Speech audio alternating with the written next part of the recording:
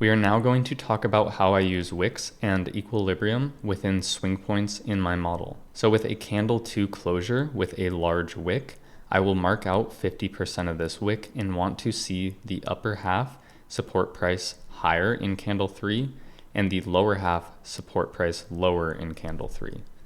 Now in candle 3, if we get that strong closure, validating this as a swing point and looking for a continuation in candle 4, I will then mark out the entire range of candle 3 from wick to wick or high to low, and then I will look for a continuation in candle 4 from the upper half of candle 3 and the lower half of candle 3 here for the bearish scenario.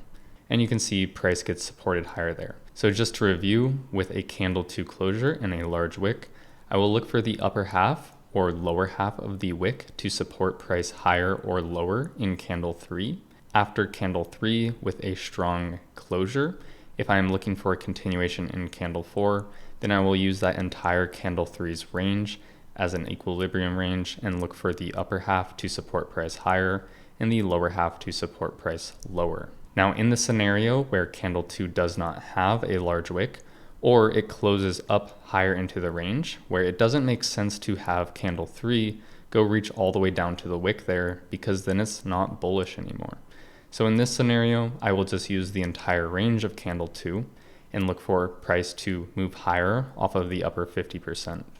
And then similarly, if we have a nice closure in candle 3, looking for the upper half in candle 3 to support price higher in candle 4. Now within a candle 3 closure, I'm just going to use the entire range of candle 3 to look for price to trade higher in candle 4.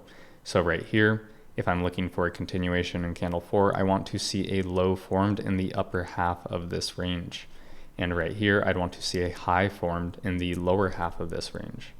So you can see we form a low in the upper half of this range to continue higher, and we form a high in the lower half of this range to continue lower.